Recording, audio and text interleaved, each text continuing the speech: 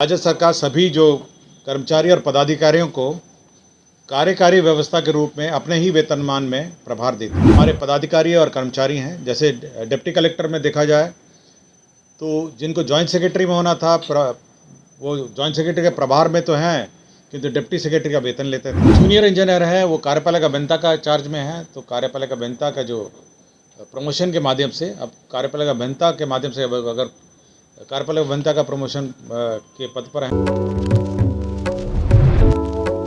नमस्कार, मैं स्वीटी और आप देख रहे हैं द एसटी न्यूज। मुख्यमंत्री नीतीश कुमार की अध्यक्षता में बिहार कैबिनेट की बैठक बुलाई गई, जिसमें कुल 8 एजेंडों पर मुहर लगी है। ऐसे में आपको बता दें कौन कौन से एजेंडों पर मुहर लगी है, हम आपको विस्तार से बताते हैं। कैबिनेट ने सरकारी सेवकों को प्रोन्नति के पद पर योग्य कर्मियों को कार्यकारी प्रभार देकर प्रोन्नति देगी। प्रोन्नति देने पर कैबिनेट ने मुहर लगाई है। प्रमोशन में SC/ST कर्मियों को कोटे के अंदर कोटा दिया जाएगा।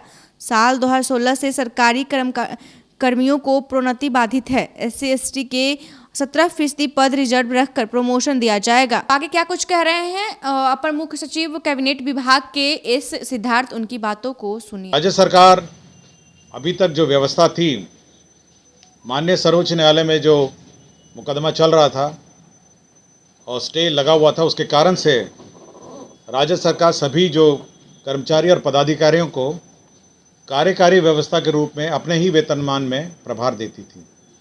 इसका मतलब यह है कि जो जूनियर इंजीनियर थे वो कार्यपालक अभियंता के चार्ज में थे, अपने ही वेतनमान में। कार्यपालक अभियंता कुछ मामलों में अधीक्षण अभियंता के और चीफ इंजीनियर के भी चार्ज में थे, अपने वेतनमान में।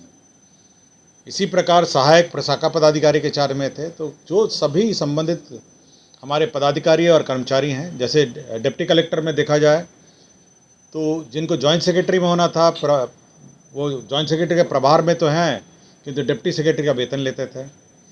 तो राज्य सरकार ने यह निर्णय लिया है कि एक नियमावली गठन की गई और इस पर मंत्रिपरिषद में स्वीकृति दिया गया।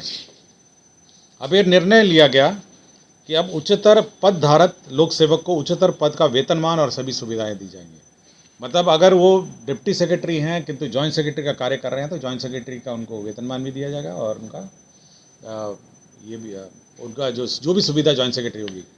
अगर जूनियर इंजीनियर है, वो कार्यपालक अभियंता का चार्ज में है, तो कार्यपालक अभियंता का जो प्रमोशन के माध्यम से अब कार्यपालक अभियंता के माध्यम से अगर कार्यपालक अभियंता का प्रमोशन के पद पर हैं तो उनको वेतनमान दिया जाएगा। व्यवस्था यह की गई है क्योंकि मामला अभी भी आरक्षण से संबंधित जो प्रोन्नति में आरक्षण का संबंध मामला अभी भी सर्वोच्च न्यायालय में लंबित है।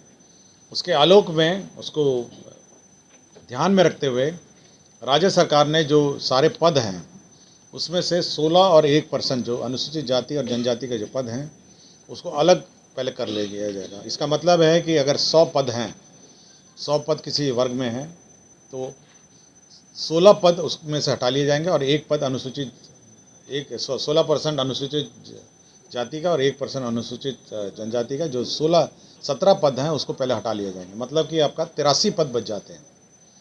अब इस 83 पद में जो सामान्य रूप से जो प्रमोशन होता है वो कार्य किया जाएगा और उसके पश्चात यह देखा जाएगा कि हर वर्ग में हर लेवल पे, JE में, AE में या जॉइंट सेक्रेटरी में, डिप्टी सेक्रेटरी में या सहायक में, प्रशाखा पदाधिकारी और अन्य सभी वर्गों में यह देखा जाएगा कि जो अनुसूचित जाति और जनजातियों का जो रिप्रेजेंटेशन है वो उचित है या नहीं, उपयुक्त है या नहीं है।